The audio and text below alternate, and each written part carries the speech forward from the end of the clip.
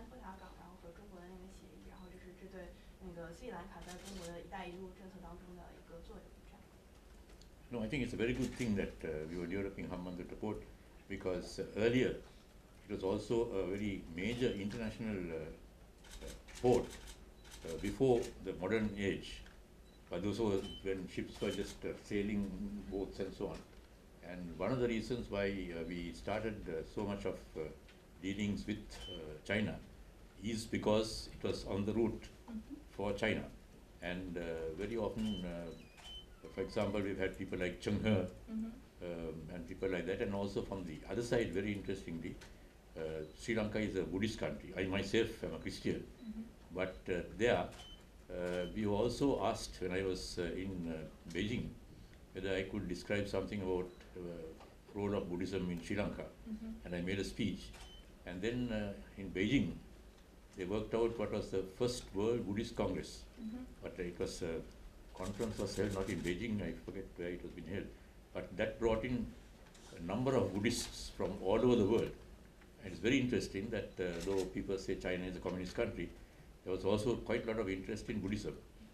And so still, we still have a lot of women who come to Sri Lanka to understand what Buddhism means in terms of not concentrating only on yourself and not being too greedy, not being too desiring and all that type of thing.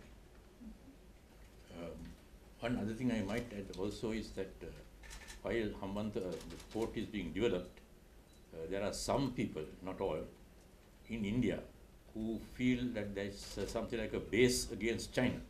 It was really funny because I found it very odd when somebody telephoned me and asked me, somebody whom I've known for quite some time, and he asked me, why are you giving this port to the Chinese? I said, it's not given to the Chinese. The Chinese are helping us to develop the port as a very useful point for everything, for the OBR, for example. One Belt, One Road, it's a perfect sort of place to do business, for tourism, and the Chinese also do a lot of business, and we even have a large number of Chinese labor coming to work faster and more efficiently than some of our own labor. So there's quite a strong contact between China and Sri Lanka, mostly on the economic front. So I don't think it's anything to fear. But there are some Indians who are a little nervous, thinking that this is China's effort to have some base, foreign base or something, which might be used against them. So it's, but that's a very small minority. They're not really serious about it.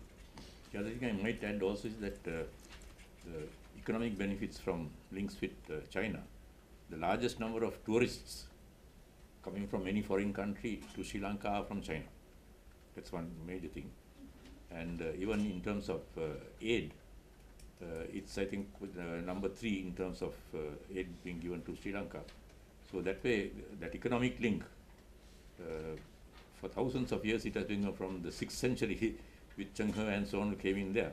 So it's a long forum, and I think it's to that extent it's quite well respected in Sri Lanka. The average person in Sri Lanka likes the Chinese, and they're sort of quite happy with them. 讲到